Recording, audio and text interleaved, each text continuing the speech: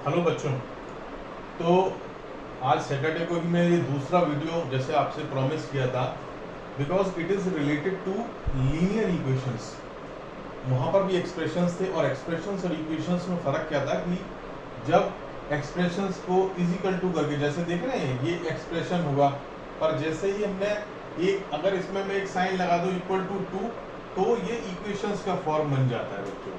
तो equations expression केवल एक ये हो सकता है, ये हो सकता है, पर जैसे बीच में इजिकल टू आ जाएगा तो वो एक इक्वेशन बन जाता है और बहुत सारे एप्लीकेशंस में इसका यूज होता है। धीरे धीरे हम आपको इस चीज पे भी लेके जाएंगे कि क्या मैथमेटिक्स का क्या यूज है, ये सब चीजें सीखने का पर्पस क्या, बहुत कुछ बच्चों को फायदा होता है, बहुत कुछ काम की है सब चीजें, बहुत कुछ दुनिया में इन सब चीजों से ही ड्राइव होता है। डाटा साइंस और जब कंप्यूटर्स में आप जाएंगे तो वो सारा एल्गोरिथम और वो सब में ये सब चीजें यूज होती हैं, ऐसे नहीं पढ़ाया जा रहा है ये। ठीक है, तो अलजेब्रिक एक्सप्रेशंस और आइडेंटिटीज का आज का चैप्टर है। आप ध्यान से सुनिएगा। आज पार्ट ए है which is concept based with some numericals. Second इसकी एक्सरसाइज में मैं थोड़े वो न्यूमेरिकल कराऊंगा आपको जिससे इस पर कमांड पक्की हो जाएगी और ये चैप्टर भी आपका पक्का हो जाएगा। ठीक है, पर फिर मैं बोल रहा हूँ ये मेरा तीसरा वीडियो है पार्ट ए, और पार्ट 2A 2B दो 2B इसलिए बनाना पड़ा, थोड़ा सा वीडियो डिस्कनेक्ट हो गया था तो वो 2-2.5 मिनट का है, उसको पूरा देखें। उन 3 वीडियो के बाद आप इस एक्सप्रेशंस को देखें, मेरा रिक्वेस्ट है। तो शुरू करते हैं हम इसको क्या है। तो देखिए जैसे नाम से है एक्सप्रेशन, हम पहले पढ़ चुके हैं बच्चों। ये एक एक्सप्रेशन है, for example 2x² + x + 3 2x - 1। ये एक्सप्रेशन है, इसमें कोई इक्वल का साइन नहीं, कुछ भी हो सकता है। 2xy + z + 4 this is also an expression. ये भी एक एक्सप्रेशन है। ठीक है बच्चों, कुछ भी हो सकता है। एक्सप्रेशंस में क्या क्या होता है, देखिए एक्सप्रेशंस को देखने से हमें पता चलता है। एक्सप्रेशंस में एक तो वेरिएबल होता है जो x है, y भी हो सकता है, x y z भी हो सकता है। ठीक है, और उसके साथ कुछ न्यूमेरिकल वैल्यूज होती है, जैसे यहाँ 3 दिख रहा है, यहाँ 2 दिख रहा है इसमें, और 1 दिख रहा है। तो बेसिकली एक्सप्रेशंस में दो चीजें हो गई, एक तो कांस्टेंट क्योंकि 2 3 1 चेंज नहीं होते, और वेरिएबल, दो चीजें हो गई। ठीक है, एक चीज हम आगे देखेंगे कि कांस्टेंट को ही जब ये टर्म के साथ लगा होता है तो इसको हम न्यूमेरिकल कोएफिशिएंट भी कह देते हैं। तो बेसिकली ये मान लीजिए कि एक्सप्रेशंस में 3 चीजें हो गई, एक कांस्टेंट हो गया, कोई और वैसे वेरिएबल हो गया, पर कांस्टेंट को हम जो टर्म के साथ लगा होता है कोएफिशिएंट कह देते हैं, आगे हम उसको बताएंगे। तो ये तो एक्सप्रेशंस हो गया, इसमें मुझे ये हमारे को ज्यादा इसमें कुछ दिक्कत नहीं होनी चाहिए, सबको पता है। ये नंबर लाइन आपके यहाँ दी हुई है। नंबर लाइन कुछ नहीं होता बच्चों, बहुत सिंपल होती है नंबर लाइन। यहीं पे समझ लेते हैं कि नंबर एक्सप्रेशंस को नंबर लाइन पे कैसे दिखाना है। फॉर एग्जांपल 4x + y है, एक नंबर लाइन खींच लो आप स्केल से। ठीक है, उसको मान लो यहाँ पर एक ओरिजिन ले लो, O पॉइंट ले लो। ठीक है, हमने ग्राफ के बारे में थोड़ा सा जानते हैं, तो O एक ओरिजिन है। उसके बाद हम 4x है, तो x 4x क्या होता है बच्चों, 4x = x + x + x + x, 4 बार x है। तो मतलब हमने मान लो इतनी डिस्टेंस हमारी x है, इतनी ही डिस्टेंस और ले ली, इतनी डिस्टेंस और ले ली, इतनी डिस्टेंस और ले ली। ठीक है, तो हम ऐसे करके किसी भी मेथड से हमने खींच दी, चारों डिस्टेंस हमारी बराबर है। ये भी x है, ये भी x है, ये भी x है, और ये सारा हम राइट साइड में चलते हैं तो पॉजिटिव। अगर -4x होता तो हम यहाँ 0 दिखा देते और उल्टी डायरेक्शन में चलते -। ठीक है, उसके बाद 4x यहाँ पहुंच गए। अब हम इसमें 5 यूनिट, क्योंकि कोई मेजरमेंट कुछ भी ले लीजिए, जैसे 2 सेंटीमीटर, मतलब आप वाली 1 सेंटीमीटर का 1 यूनिट मान लीजिए, तो ऐसे 1 2 3 4 5, इतना बड़ा मत मानिएगा कि कॉपी के बाहर ही निकल जाए। ठीक है, तो ये 5 हो गया, 1 2 3 4 5 डिस्टेंस हो गई, मतलब ये टोटल जो है 5 यूनिट हो गई। 1, ये भी 1 की रही, ये भी 1 की रही, ये भी 1 की रही, और ये भी 1 की रही। तो वो 4x + 5 ये वाला पॉइंट P पॉइंट को दिखा रहा। सिंपल है। अगर मान लो मैं कहता 4x दिखाना है तो यहां दिखा देता। अगर एक्सप्रेशन होता 4x - 3, तो मान लो x तो मुझे पता नहीं, कुछ भी डिस्टेंस मान लो इसी में से मैं एक यूनिट इतना है, 1 सेंटीमीटर, 2 सेंटीमीटर, 3 सेंटीमीटर, ये मान लो 1, ये भी 1, ये भी 1। अब मैं बैकवर्ड डायरेक्शन में चलूंगा, जब मुझे पॉजिटिव दिखाना होता है तो राइट साइड में चलता हूं, जब नेगेटिव दिखाना होता है तो लेफ्ट साइड में। तो 4x माइनस 3 है तो 1 1 1, तो ये जो पॉइंट है P ये दिखाएगा क्या, 4x माइनस 3। बहुत सिंपल है, लाइन में दिखाना में मुझे नहीं लगता कि किसी बच्चे को कोई तकलीफ होगी, कुछ भी कर सकते हैं। x प्लस 2 दिखाना है तो ये मान लो O है, ये डिस्टेंस मानो x है, 2 यूनिट आगे बढ़ा लिया 1 की, तो ये हो गया x प्लस 2, यहाँ x हो गई, ये डिस्टेंस आपकी 1 हो गई, ये भी डिस्टेंस आपकी 1 हो गई, ये P मान लो ये Q हो गया, तो Q पॉइंट जो है x प्लस 2 को दिखा देगा। ठीक है, नंबर लाइन खत्म हो गया, कोई दिक्कत मेरे ख्याल से नहीं है इसमें। तीसरा आता है, क्योंकि अगर आप बुक्स को देखेंगे तो बहुत बड़ी बड़ी चीजें लिखी होती है, उसको कैसे सिंपलीफाई करते हैं मैं वही एक्सप्लेन करने की आपको कोशिश करूंगा। 3 चीजें एक्सप्रेशंस में, जैसे मैं बताया, terms, factors and coefficient. Coefficient को हम लोग न्यूमेरिकल कोएफिशिएंट ऑफ फैक्टर भी कह देते हैं, टर्म्स भी कह देते हैं। टर्म्स क्या होते हैं, देखो कोई भी चीज, जैसे ये एक्सप्रेशन है -4x² प्लस 4xy प्लस 7, ये किस टर्म से क्या है, इसके कौन कौन से पोर्शन है, एक ये है, एक ये है और एक ये।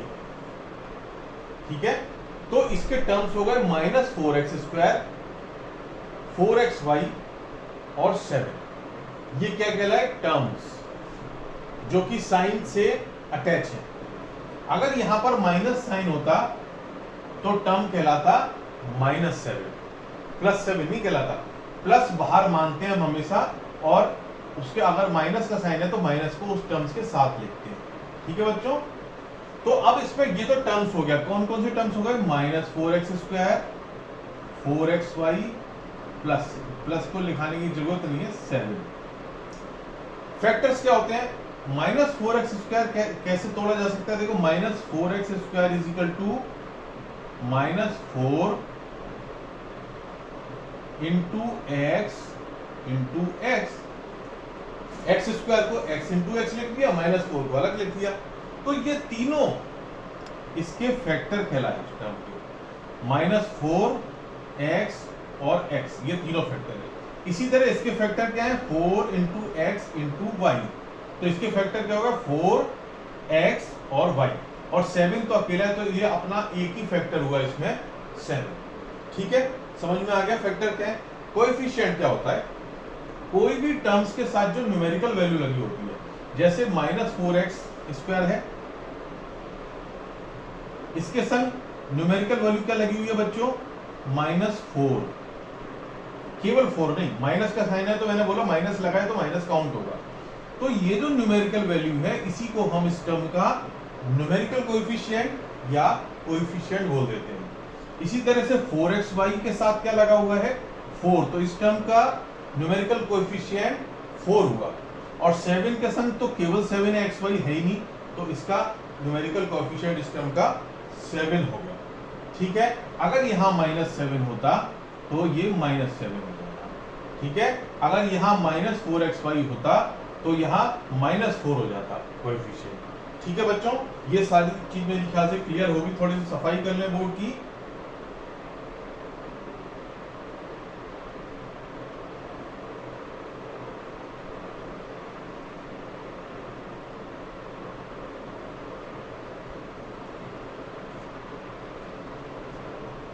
तो अब तक हमने क्या सीख लिया, एक्सप्रेशन न्यूमेरिकल लाइन पे कैसे दिखाते हैं, टर्म्स क्या होते हैं, फैक्टर्स क्या होते हैं, और न्यूमेरिकल कोएफिशिएंट क्या होता है। ये सिंपल से सवाल है, आप बुक से कर सकते हैं, कोई दिक्कत हो मुझे मेल कर सकते हैं, डिस्क्रिप्शन बॉक्स में टाइप करके पूछ सकते हैं आप। ठीक है, इसके बाद हम आते हैं monomial, binomial, trinomial and polynomial. नाम से पता चलता है, मोनो मतलब होता है 1, बाइनोमियल होता है 2, ट्राइनोमियल होता है 3, और पॉलिनोमियल मतलब ट्राई से ज्यादा, 4 होंगे, 5 होंगे, 6 होंगे, एन नंबर ऑफ। ये कैसे कि टर्म से डिफाइन है। जैसे अगर मैं एक एक्सप्रेशन लिखता हूं 4x प्लस 5, ये क्या हुआ, इसमें कितने टर्म है बच्चों, 1 टर्म 2 टर्म, क्योंकि साइन से जुड़े क्या है 2, तो ये क्या हुआ, बाइनोमियल।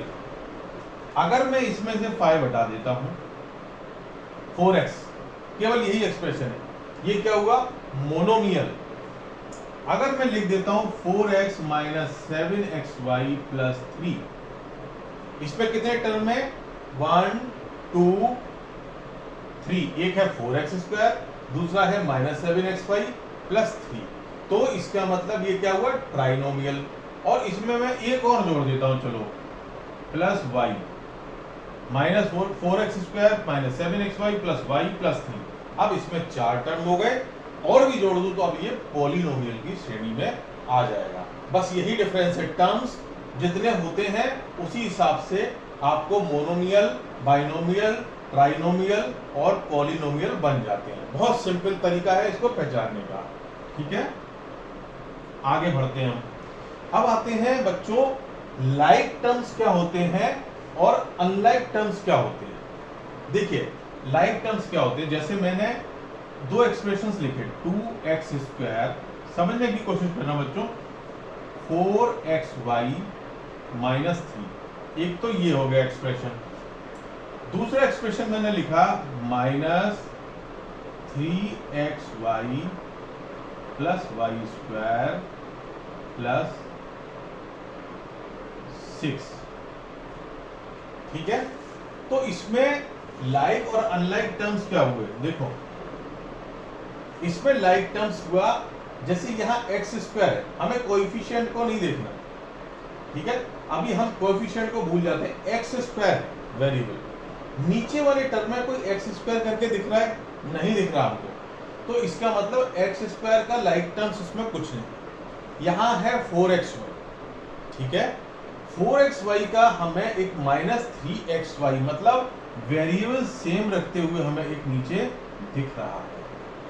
तो जब वेरिएबल्स बिल्कुल सेम होते हैं वो टर्म्स लाइक टर्म्स कहलाते हैं। और जहां वेरिएबल सेम नहीं मिलेंगे, जैसे अगर कोई पूछे 2x² और y² ये लाइक है अनलाइक है, तो अनलाइक है, क्योंकि यहाँ x² है या y² है। y² का भी कोई टर्म यहाँ नहीं दिख रहा, तो y² भी अनलाइक टर्म्स हो गया। 3 और 6 लाइक कहलाएंगे, बिल्कुल कहलाएंगे, क्योंकि ये केवल न्यूमेरिकल वैल्यू है। ये आपस में, जैसे लाइक और अनलाइक टर्म्स की खासियत क्या होती है बच्चों की, लाइक टर्म्स आपस में कट सकते हैं या ऐड हो सकते हैं, सब्ट्रैक्ट ऐड। इसी तरह ये न्यूमेरिकल वैल्यू भी प्लस 6 और माइनस 3 ऐड और सब्ट्रैक्ट हो जाएंगी जरूरत पड़ने पर। ये लाइक टर्म्स हो गए, xy ये लाइक टर्म्स हो गए, x² और y² ये अनलाइक टर्म्स हो गए, ठीक है बच्चों। तो अगर कोई पूछे आपसे कि 4xy और x² ये लाइक टर्म्स है अनलाइक है, अगर 4x² और 7xy लाइक टर्म्स, यहाँ 4xy और minus 7xy like terms, because variable same है। 3 और 6 लाइक टर्म्स। अगर कोई पूछता है कि x² और y² अनलाइक टर्म्स, x² और yx², धोखा दे सकता है वो आपको, पहले x² कर दिया, यहाँ x² पीछे कर दिया, ये लाइक टर्म्स कहलाएंगे, क्योंकि हमें पता है a into B is equal to B into A होता है, 3 into 4 is equal to 4 into 3 होता है। आगे पीछे करने से कुछ फर्क नहीं पड़ता है, प्रॉपर्टीज है, पीछे की क्लास में आपने पढ़ी हुई होगी, ठीक है। तो ये भी दोनों लाइक टर्म्स कहलाएंगे। ये टर्म्स क्यों बताए जा रहे हैं? क्योंकि जब एडिशन सब्ट्रैक्शन करेंगे तो हमको इनकी जरूरत पड़ने वाली है, जो हम करने जा रहे हैं। सफाई कर दे बोर्ड की।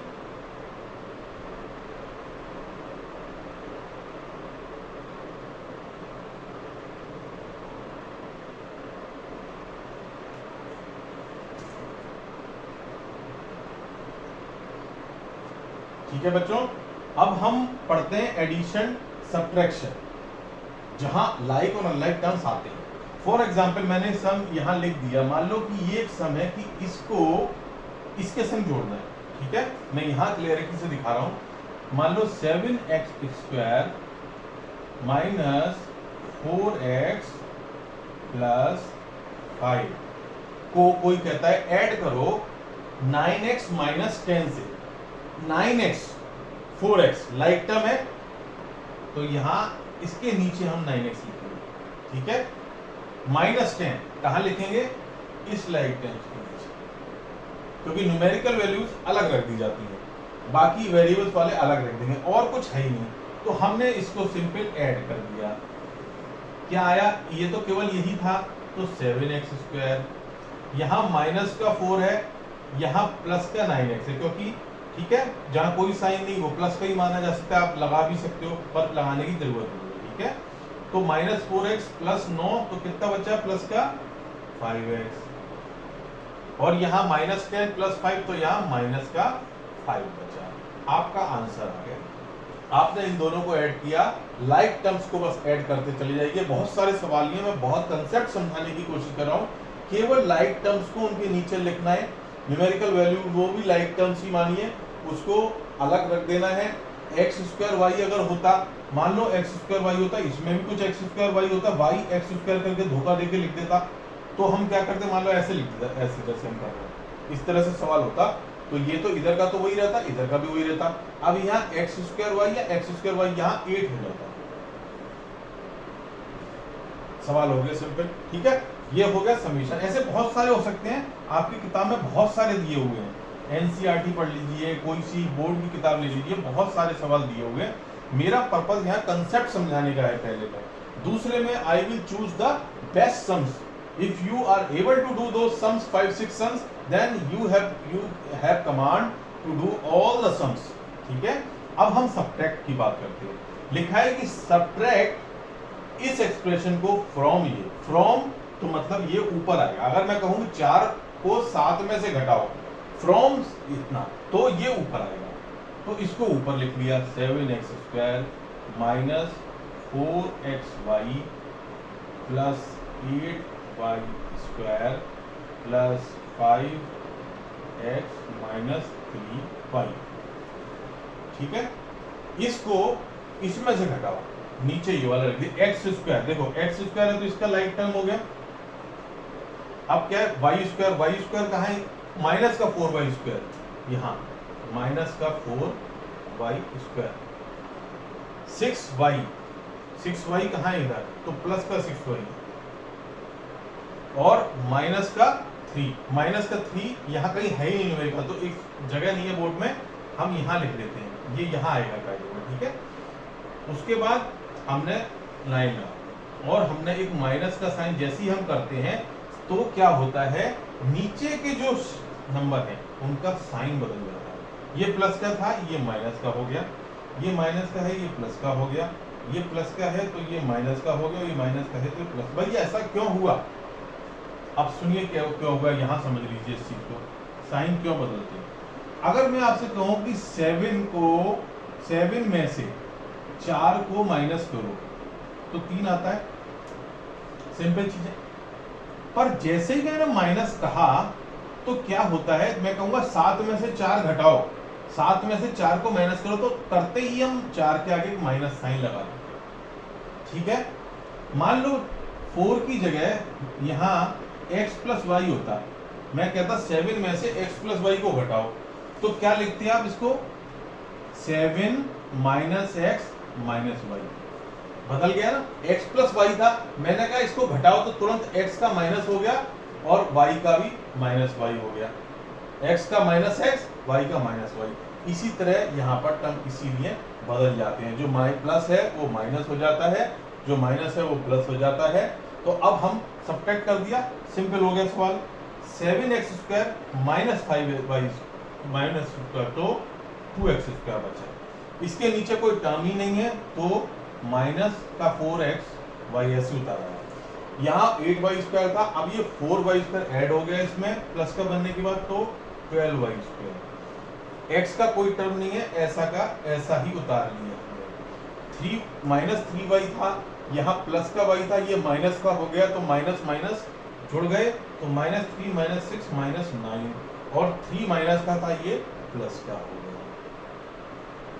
ये आपका सब्ट्रैक्ट होके आ गया। मुझे लगता है किसी को कोई दिक्कत इसको समझने में नहीं होगी। मैंने ये भी बता दिया कि साइन क्यों बदलते हैं, ठीक है। तो ये हो गया बच्चों एडिशन और डिलीशन। अब मल्टीप्लिकेशन। मैं आपकी किताब देख रहा था, बड़ा कंफ्यूज सा कर रखा है किताब में कि मतलब उन्होंने लिखा मोनोमियल को बाइनोमियल से कैसे मल्टीप्लाई करेंगे, मोनोमियल को ट्राइनोमियल से करेंगे, मोनोमियल को पॉलिनोमियल से करेंगे, मोनोमियल को मोनोमियल से करेंगे। इतना सब चक्करों में पढ़ने की जरूरत है। बहुत सिंपल से हम लोग इस सवाल को करते हैं। कैसे? जैसे मल्टीप्लिकेशन है बच्चों, देखो मल्टीप्लिकेशन क्या है, बहुत सिंपल सी चीज है। अगर आपसे कहे जैसे इसी को उठा लेते हैं, इसको शॉर्ट अगर हमें करने को बोले, इसको सिंप्लीफाई करो, 4xy 5x square y square into 6x cube y cube. भाई थोड़ा सा कठिन लग रहा हो, इसको समझने से पहले छोटा सा एक एग्जाम्पल से समझ लेते हैं। अगर मान लो आपके पास कोई ये कहे कि 4x है, ये भी एक एक्सप्रेशन है। ये 4x क्या होता है? बेसिकली 4 इंटू एक्स होता है, ठीक है। अगर x को मैं कोई वैल्यू मान लो 2 मानता, 4 इंटू 2 का मतलब क्या है कि मैं 4 बार 2 प्लस 2 प्लस 2 प्लस 2 लिख रहा हूं। इसी तरह 4x का मतलब क्या है कि मैंने 4 बार x plus x plus x plus x लिखा, ठीक है। ये इसका सिंपल मतलब हो गया 4x। अगर मैं इसको, तो हमने ये तो समझाने के लिए हो गया सिंपल। अगर मैं आपसे कहूं कि 4x को 3 इज इक्वल टू व्हाट, तो आप क्या करोगे? 4x को यहां पर 3 बार लिखोगे। यही मतलब हुआ ना, जैसे 4x को 2 बार लिखा, यहां पर 4x इंटू 3 मतलब 4x को 3 बार लिखो। 4x plus 4x plus 4x, तो क्या बन गया? 12x। 12x क्या होता है? 4 इंटू 3x। तो मतलब क्या निकला भाई इसका?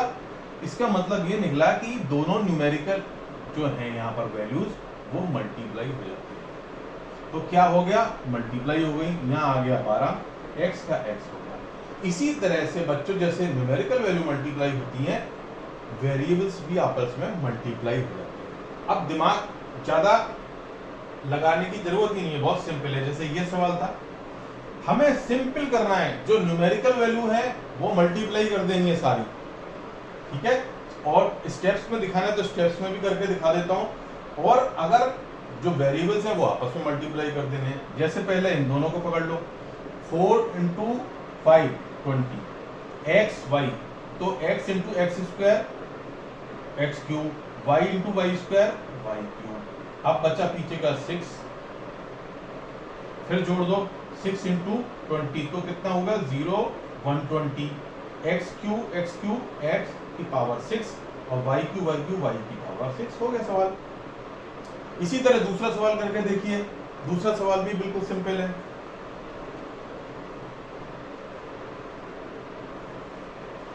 3x इंटू 5y प्लस 2, ठीक है।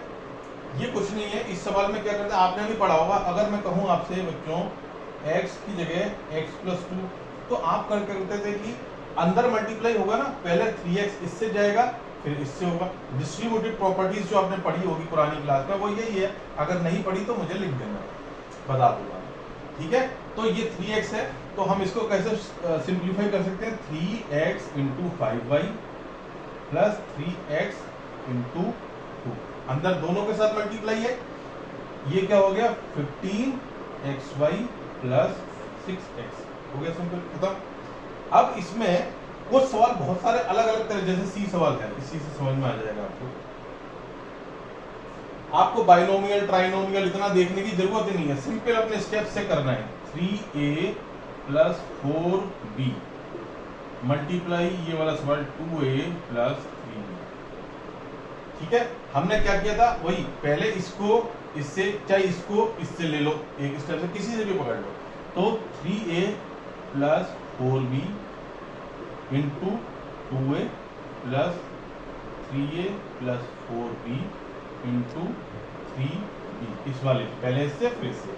अब डिस्ट्रीब्यूटिव प्रॉपर्टी फिर इसको खोल दो, 2a इधर था, 2a इंटू 3a मतलब 6a स्क्वायर, 2 इंटू 4 हो गया 8ab, अच्छा b लिख लो, कोई फर्क नहीं पड़ेगा। इसी तरह से इसको खोल दो, 3 इंटू 3 9ab प्लस 12b² और सिंप्लीफाई कर सकते हैं, यस 6a² ab जुड़ गए तो क्या 9 8 17 17ab प्लस 12b सिंपल। ठीक है, इतना दिमाग लगाने की जरूरत नहीं है कि उसमें देखा बाइनोमियल को उससे कैसे करना है, ट्राइनोमियल को उससे कैसे करना है, इतना सोचने की जरूरत। अपना मेथड सिंपल रखो, कोएफिशिएंट को मल्टीप्लाई करना है, न्यूमेरिकल वैल्यू को मल्टीप्लाई करना है और बाकी x² वो जो जुड़ते चले जाएंगे, पावर ऐड होती चली जाती है। एक सवाल कुछ इस तरह से भी मिल सकता है कि मान लो एक वैल्यू दे दी, लिखता है y -2 के लिए इसके क्या वैल्यू, मतलब इसकी वैल्यू कितनी आएगी। बहुत सिंपल है, इसमें y की वैल्यू रखनी है, पर उससे पहले अगर हम इसको थोड़ा सिंप्लीफाई कर लेंगे तो आसान हो जाएगा। ठीक है, तो कैसे सिंप्लीफाई करेंगे, देखो बहुत सिंपल है, ये है एक्सप्रेशन। 3 का अंदर किया पहले, 3 × 2 6 y × y² minus 3 × 7 21 y × y minus 3y minus minus plus 3 चौक 12 माइनस 63, ये सिंप्लीफाई हो गया। और सिंप्लीफाई कर लो, 6y² माइनस y माइनस ये माइनस 24 हो गए। ठीक है, और ये 63 में से प्लस के 12 चले गए तो कितना बच गया आपका, माइनस के बचे 1 और 51, ये आ गए सिंपल। अब इसमें y -2 रख दो और putting y -2 in above expression. ठीक है, तो 6 -2 का whole square minus 24 minus 2 minus 51 is equal to, यहाँ कहीं इक्वल नहीं है इसलिए अब हम इक्वल लगा सकते हैं क्योंकि ये इसके बराबर ही आएगा। -2 का स्क्वायर 4 हो गया, माइनस माइनस प्लस हो गया 48 हो गया, माइनस 51 हो गया, is equal to 24 plus 48 minus 51 is equal to 8 4 12 2 4 1 6 7। ठीक है, माइनस 51 तो कितना हो जाएगा 1 और 21 इसकी वैल्यू होगी। ठीक है, कोई दिक्कत नहीं है। बहुत सारे सवाल हैं, देख लेते हैं, अगर हमें कुछ अच्छा सवाल लगता है तो अभी आपको करा देंगे। बुक्स में देखिए, पहले एक बार आपका आइडेंटिटीज और बता दूंगा आपको, जो इस चैप्टर का लास्ट चीज है। ठीक है, आइडेंटिटी होती क्या है बच्चों, आइडेंटिटी ऐसी चीज है जिसको आप जब कोई सवाल कर रहे होते हैं, पहली बात तो आइडेंटिटी क्या है कि जैसे ये आइडेंटिटी लिखी है a + b का whole square is equal to a² + b² + 2ab, आप जब इनको सिंप्लीफाई करेंगे तो यही आना है। आइडेंटिटी से इसलिए बोलते हैं कि a और b की किसी भी वैल्यू के लिए कोई भी वैल्यू हो, -3 -4 0 -1 +4 कोई भी वैल्यू हो, उसके लिए ये हमेशा सच होगी, ये हमेशा ट्रू होगी। इसलिए हम जब कोई बड़े सवाल करते हैं और इस तरह के हमें आइडेंटिटीज दिखाई देती हैं तो हम उसको सीधे अप्लाई कर लेते हैं, राइट साइड में लिख देते हैं यूजिंग आइडेंटिटी दिस, क्योंकि ये ट्रू है for all values of a and b। ठीक है, अब जैसे 3 आइडेंटिटीज आपके चैप्टर में अभी यूज हो रही हैं, a + b का होल स्क्वायर, a - b का whole square, a + b a - b, करके देख लेते हैं भाई एक सवाल को कि ये आ भी रहे कि नहीं। जैसे a + b का होल स्क्वायर क्या होता है, a + b × a + b। हमने जो अभी लगाया था डिस्ट्रीब्यूटेड प्रॉपर्टी, इसको एक बार a से कर लेते हैं, इसको b से कर लेते हैं, ये a² हो गया, ये ab हो गया, ये ba हो गया, ये b² हो गया। तो a² प्लस b और ab एक ही होता है, 2ab प्लस b²।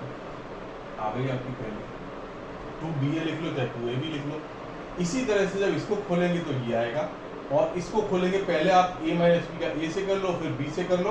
इसमें क्या होगा, ab वाले फंक्शन यहाँ ab आएगा प्लस का, यहाँ माइनस का, तो कट जाएंगे, a² - b² रह जाएगा। तो तीनों आइडेंटिटी को हम डायरेक्टली यूज कर सकते हैं सम्स में। कुछ सवाल देखिए जैसे कैसे लगा रखे हैं आइडेंटिटीज के बेस पे। जैसे ये एक सवाल है, इसकी वैल्यू पूछिए 983 का होल स्क्वायर -7²। कौन सी आइडेंटिटी दिखाई देती है? ऐसे अगर आप करने जाएंगे 983 का होल स्क्वायर तो बहुत लंबा सवाल हो जाएगा। है ना, 983 का मल्टीप्लाई बाय 983 का multiply, A square minus B square, identity number third. तो क्या होता है, ए प्लस बी और ए माइनस बी। जब हम इसमें जोड़ेंगे तो सीधे कितना बन गया ये 1000 इंटू, जब इसमें से माइनस होगा तो कितना बनेगा बच्चों, देखो मिटा के देख लो, 13 आएगा, 13 में से 7 गया 6, यहाँ 7 रह गया, 7 में से बन गया 6 और 9 का 9 आ गया। ठीक है, अब ये सवाल आपको ऐसा नहीं है बहुत कठिन हो, 0 तो 3 है, ये पीछे लगा दो और 9 6 आंसर आ गया। और आप इसको करने जाते तो 5 मिनट बर्बाद कर देंगे आप अपने। ये आइडेंटिटी का फायदा है। ठीक है, ऐसे बहुत सारे सम दिए आपके बुक्स में, लगा सकते हो। दूसरा सम देखो, कोई ये दे सकता है कि ये प्रूफ करो इसके बराबर है 4/3m माइनस 3/4n का whole square plus 2mn is equal to ये। यहाँ है सीधे a माइनस बी का होल स्क्वायर, कौन सी आइडेंटिटी, ये वाली। क्या होता है, ए स्क्वायर, इसको सिंप्लीफाई करके, और 4/3 का होल स्क्वायर क्या होता है, 4/3m का whole square, A square plus 3/4n B square. लिख देंगे using identity a minus B का whole square minus 2 4/3m 3/4 and 2ab, और लास्ट में फिर प्लस 2mn लिए। ठीक है, आप देखना सवाल को देखते दिखाई दे रहा है, यहाँ एम स्क्वायर एन स्क्वायर, मतलब mn का टर्म कटने वाला है, और 16 नीचे भी हो जाएगा 9m स्क्वायर जो हमारा ये आ रहा है, उसके बाद आ गया 9/16 n स्क्वायर, ये देखो ये भी आ गया, ये सब कटेंगे मतलब। अब आप देखो माइनस, देखो ये सब मल्टीप्लाई, 4 से 4 गया, 3 से 3 गया, माइनस 2mn और प्लस 2mn कट गए, तो आंसर क्या आ गया, ये, जो कि राइट हैंड साइड पर दिया। ठीक है, एक लास्ट सवाल, a minus B, A plus b, b minus c, b plus c, c minus a, c plus a is equal to 0। देखने में ऐसे सवाल जितने बड़े लगते हैं वो करने में उतने ही आसान होते हैं, और बच्चे सवालों की लेंथ देख के ज़्यादा डरते हैं, उनके अंदर क्या होता है वो नहीं देखते। a minus B, A plus B, तो क्या बना, A square minus B square, using identity number this, लिख दीजिएगा। सिमिलरली इसमें b plus C, B minus C, C plus A, C minus A square minus A square plus A square, C minus square, B square, B square, सब cut गया, equal to. सवाल जितना बड़ा दिखता है देखने में, करने में उतना ही आसान हो जाता है। एक आध सवाल भी और लगा लेते हैं बच्चों, कि कोई अगर सवाल मैं देखता हूँ आपकी किताब से जो कराने लायक और अच्छा मुझे देखेगा, उसको मैं कराता हूँ।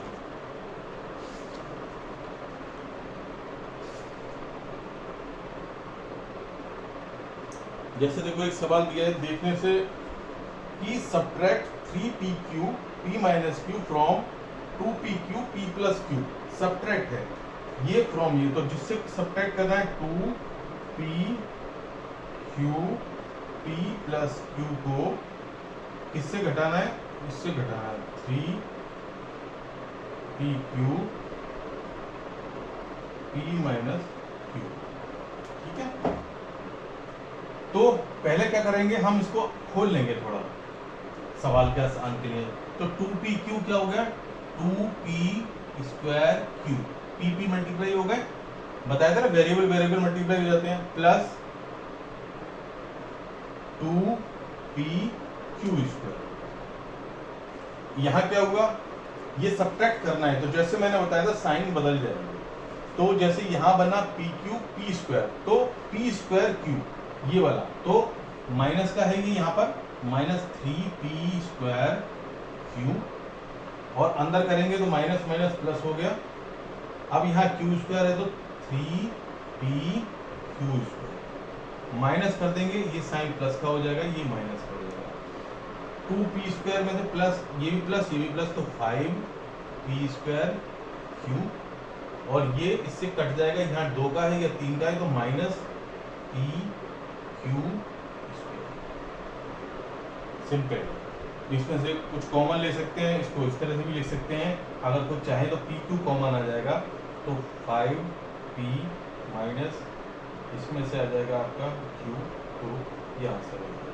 ठीक है, एक आध सवाल और देख लेते हैं, कोई अच्छा दिखता है तो।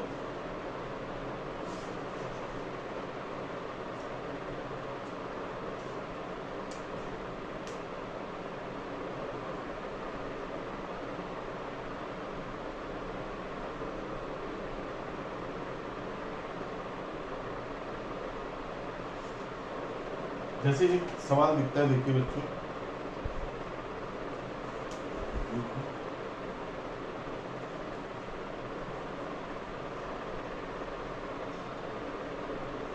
जैसे आपके बुक में एक सवाल दिया है 194 मल्टीप्लाई बाई 206। अब देखो, एक तो तरीका है सिंपल आप मल्टीप्लाई कर लो, पर आपको यहाँ ये सवाल देने का पर्पस ये नहीं है कि सिंपल आप इसको मल्टीप्लाई कर लो। वो चाहता है आप, ये सवाल बहुत सिंपल हो सकता है, ऐसे मल्टीप्लाई करेंगे टाइम लगेगा। कैसे? देखो, सोचना है कि हमें बहुत आसपास कहीं थोड़ा सा दिमाग लगाना है। अगर आप देखेंगे 194 और 206 में नियर जो नंबर है, जो बहुत सिंपल है, वो 200 है। 200 में से 6 घटा दूं तो 194 ही आता है। इसी तरह अगर मैं 200 में से 6 ऐड कर दूं मैं, तो 206 आता है। ये बन गई आइडेंटिटी a माइनस बी, ये a प्लस बी। तो क्या हो गया? a स्क्वायर माइनस बी का होल स्क्वायर। तो क्या होता है a स्क्वायर माइनस बी का होल स्क्वायर? सिंपल, इसको खोल लो, 4 इंटू, एक तरीके से चलो इसको हम सिंपल कर लेते हैं। ये आपका, ये तो बहुत सिंपल हो गया कि ये आइडेंटिटी बन गई, तो ये 4 और इंटू 10 की पावर 4 लिख सकते हैं, या आप पता नहीं बच्चों आपको पावर सब अभी पता है कि नहीं, सिंपल हम 0 0 0 0 लिख देते हैं। ठीक है, 2 जीरो की जगह 4 जीरो हो जाएंगी और 4 हो जाएगा माइनस 36। अब कुछ रह गया? सीधे बस 40,000 में से 36 घटा दो, जो भी आएगा वो आपका आंसर हो गया। अगर आप इस मेथड से जाएंगे तो आपको लंबा पड़ेगा। ठीक है, आपका आंसर आ जाएगा सीधे 39,964। मैं और कुछ खास आपके यहाँ देख नहीं रहा इसमें, और कोई सवाल मुझे ऐसा लग भी नहीं रहा कि बहुत डिफिकल्ट हो, तो सिंपल यहीं पे हम कंक्लूड करेंगे। तो सिंपल हमने एक्सप्रेशन सीखा, नंबर लाइन सीखा, टर्म सीखा, देन फैक्टर सीखा, then numerical coefficient, binomial, binomial, trinomial, polynomial understanding के लिए जितने टर्म्स होंगे उस हिसाब से, लाइक टर्म्स जितने वेरिएबल्स होंगे वो बराबर होते हैं।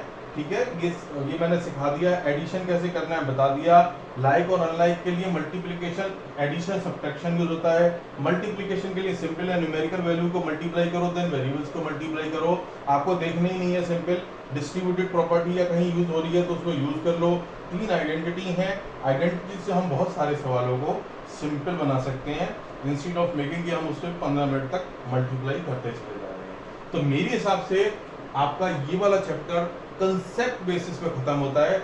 अगले बार हम 4 या 5 ऐसे सवाल लेके आएंगे जो अगर आप कर लेते हैं तो इस पर आपकी मास्टरी हो जाएगी। ठीक है बच्चों, हैव अ गुड डे।